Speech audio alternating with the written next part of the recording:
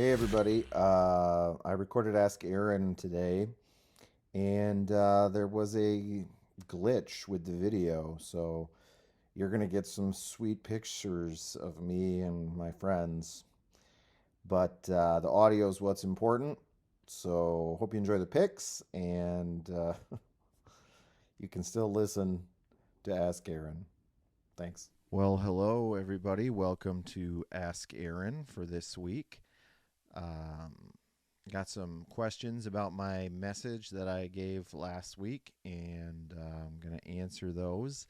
It's about making disciples, but as always, want to point out these are my views, not the church's. Hope they agree, and would love for you to continue the conversation in the comments section of whichever venue you're using to watch this. So, gave a message on making disciples. We're talking about the Great Commission. And here we go. Question number one. At what age does a man or woman qualify for the old status as described in Titus chapter 2? Titus chapter 2. It talks about old men and old women mentoring younger men and women. And you'd hope that that's the case, right? You'd hope that men and women, as they age and become older, grow in their faith, become more mature in their faith, and do things that would help them to grow. That is not necessarily the case, but that's the goal, right? So this passage is written with the perspective of as a person grows and gets married and has children, they grow and mature in their faith as well. So I would say that the passage is referring to somebody who's probably older, has kids, is married. Is that the case in the 21st century Western church? No, people come to faith at all sorts of ages and statuses. So I would say that this also could include people who are more mature or old in their faith, people who have been a Christian for a long time and grown in their faith to a place where they look more like Christ than the person that they're trying to mentor.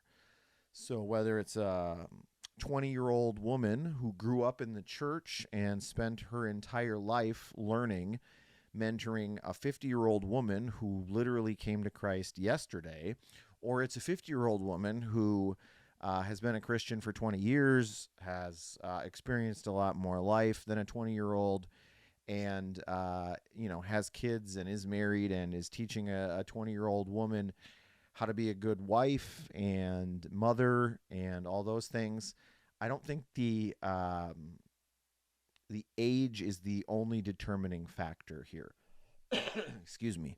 So, old status can either mean more mature believer in the depth and breadth of their faith, or it can also mean age, but that has to include the fact that you've been growing in your faith, because we don't want immature Christians mentoring and teaching other immature Christians how to be a disciple or a follower of Jesus. Okay? Next question. What should the church do, if anything, for an older person who does not adhere to quote unquote old behavior? And again, an older person in this regard means a person who is, up there in age, but does not adhere to old behavior, that meaning mature behavior.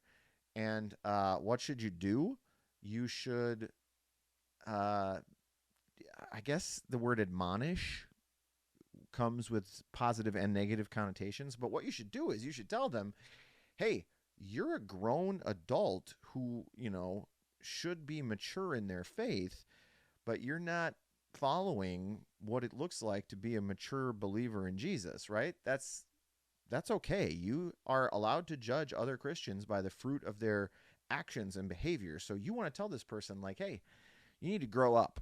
You're already old in age and you've been a Christian for a long time, and you need to have a faith that matches that. Now, if we're talking about a 75-year-old man who came to faith 10 minutes ago, obviously that's going to look different, right? But if we're talking about an older person in age who has been a Christian for a long time, they need to be challenged and they need to be told your behavior needs to match the maturity of your faith, needs to match the maturity of your age. But again, just because you've been a Christian for 50 years does not mean you act the way or know the things that a 50-year-old Christian should know, or a Christian who has been a Christian for 50 years should know, right?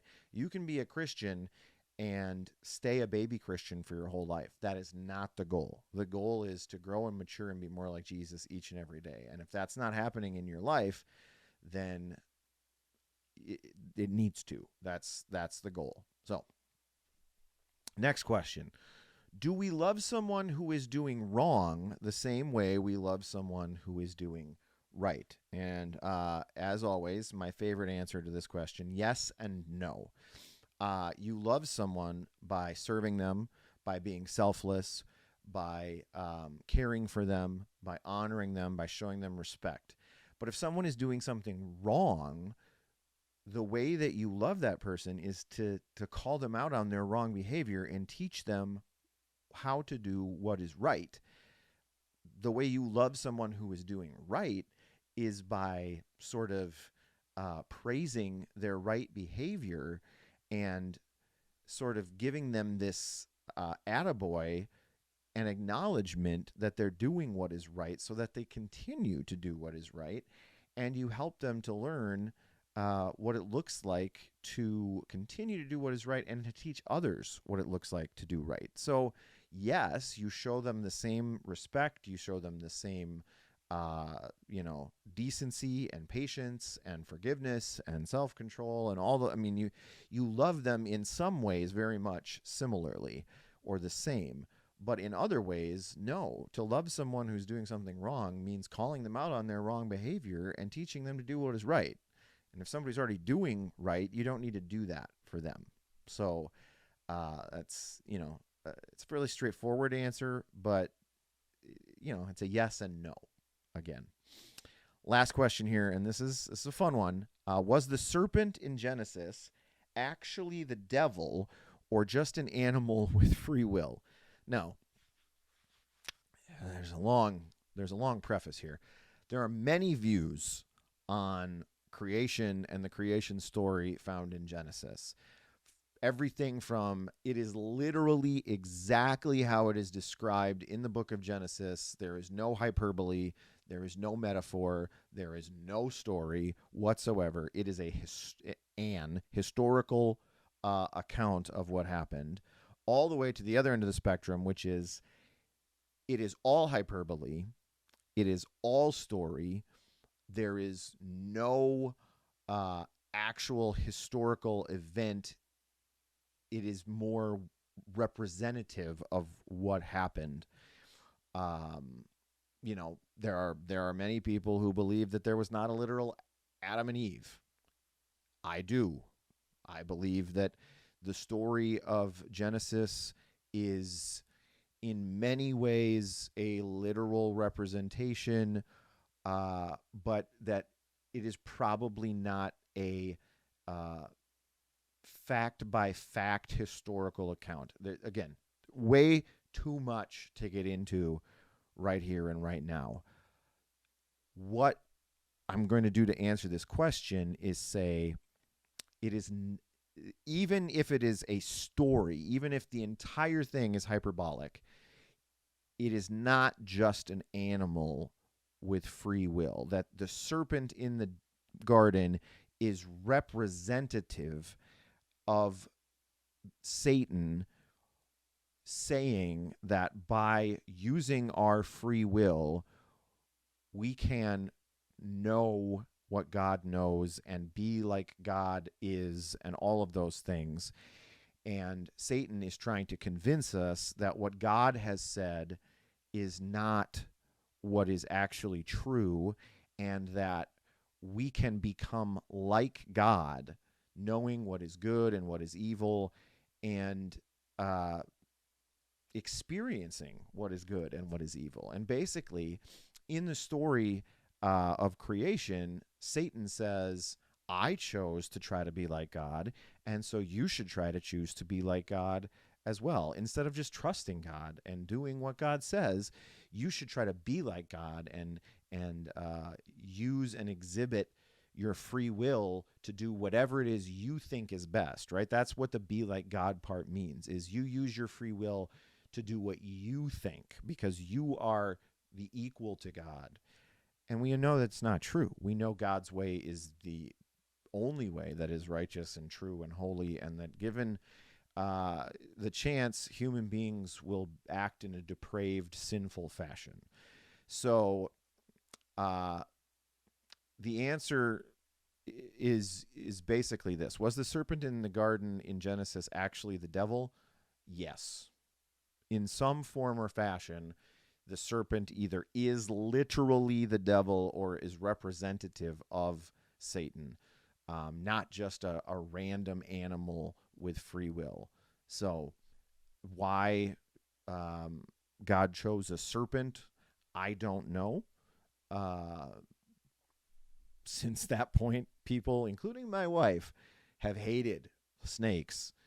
Um, but that's the representation that that has been there since the beginning of time when this story was written, recorded, and happened. So I think that answers that question. I think I answered all the questions.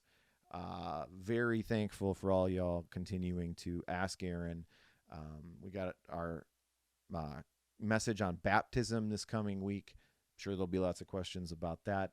Um, so you can join us, hillcityhudson.org/media. You can watch on Facebook, YouTube, or the app. You can join us in person down at St. Pat's Education Center. Would love for you to be there, 10 a.m., no matter where you're watching. And we will talk to you next week. Thanks, as always, for asking Aaron.